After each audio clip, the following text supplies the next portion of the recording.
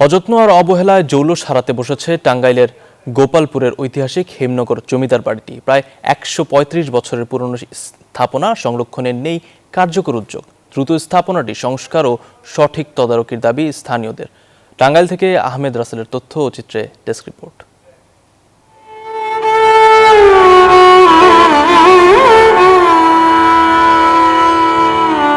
জমিদারের জমি আছে, তবে নেই জমিদার, কিংবা সেই জমিদারিও।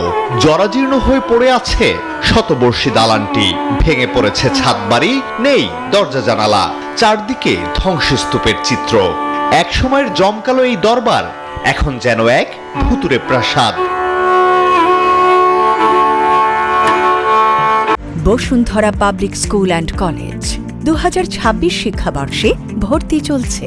এভাবেই অযত্ন অবহেলায় পড়ে আছে টাঙ্গাইলের গোপালপুরের হেমনগর এলাকার ঐতিহ্যবাহী জমিদার বাড়িটি।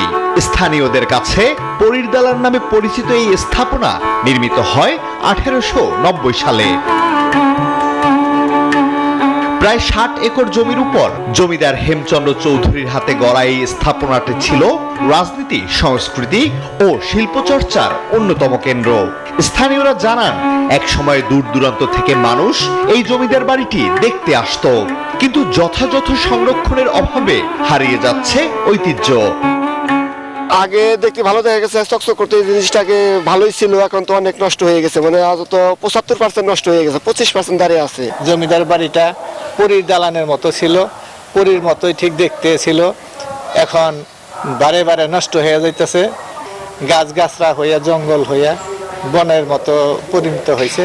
আমি সরকারের কাছে বিনীত নিবেদন জানাবো যে এই জমিদার বাড়িটির সংস্কার করা হোক, যাতে করে মানুষ আর দূর দূরান্ত থেকে এসে এর সৌন্দর্য আরো বেশি উপভোগ করতে পারে।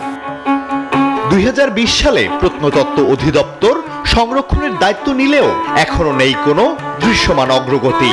দ্রুত সংস্কার না করলে এই নিদর্শন হারিয়ে যাবে বলে শঙ্কা সচেতন মহলের।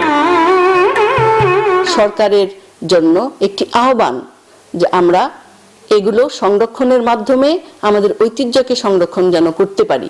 শুধু এই বাড়িই কেন, আরো অনেক বাড়ি আছে বা অনেক স্থাপনাই আছে, আমরা সংরক্ষণ করলে টাঙ্গাইলের একটা ঐতিহ্য ধরা পড়ে ইতিহাসের আলোকে। দ্রুত এই ঐতিহাসিক স্থাপনাটি সংস্কার করে পর্যটন কেন্দ্রে রূপান্তরের দাবি তুলেছেন অনেকে।